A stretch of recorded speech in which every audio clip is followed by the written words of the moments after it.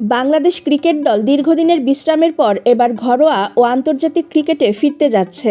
বিশেষ করে টি-20 বিশ্বকাপে অংশ না নেওয়ায় ক্রিকেটাররা বেশ কিছুদিন মাঠের বাইরে ছিলেন। তবে বিসিবি শুক্রবার ঘোষণা করেছে আগামী মাসে পাকিস্তানের বাংলাদেশ সফরে ওয়ানডে সিরিজের সূচি। সবকিছু ঠিক থাকলে পাকিস্তান ক্রিকেট দল 9 মার্চ ঢাকায় পৌঁছাবে। এরপর মিরপুর শেরেবাংলা ক্রিকেট স্টেডিয়ামে অনুষ্ঠিত হবে 3টি ওয়ানডে ম্যাচ। সূচি অনুযায়ী ম্যাচগুলো হবে: প্রথম ওয়ানডে 11 মার্চ, দ্বিতীয় ওয়ানডে 13 মার্চ, তৃতীয় ওয়ানডে 15 মার্চ। সব ম্যাচ শুরু হবে দুপুর 2টা 15 মিনিটে। এছাড়া চলতি বছর বাংলাদেশ 9টি দ্বিপাক্ষিক সিরিজ খেলবে। পাকিস্তান সফর পিএসএল শেষ হওয়ার পর আবার এপ্রিলে হবে।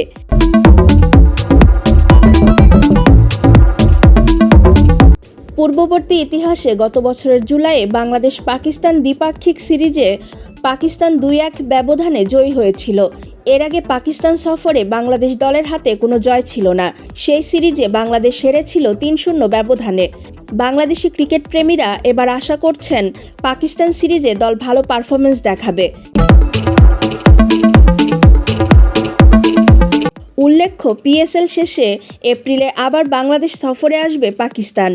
তখন লিটন দাসের নেতৃত্বে টি-20 ম্যাচ খেলবে বাংলাদেশ পাকিস্তান। এদিকে বাংলাদেশের জয়ের কথাই বলেন ওডিআই দলের অধিনায়ক মেহেদী মিরাজ। তিনি বলেন, আমরা অনেক দিন আন্তর্জাতিক ক্রিকেটের বাহিরে, তার উপর বিশ্বকাপ খেলতে পারিনি।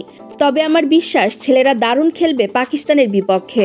এছাড়া আমরা এখন প্র্যাকটিস করছি যেন আমরা আরও ভালো খেলতে পারি, দারুণ ম্যাচ উপহার দিতে পারি বাংলাদেশের দর্শকদের। এমনটাই বলছিলেন মেহেদী মিরাজ।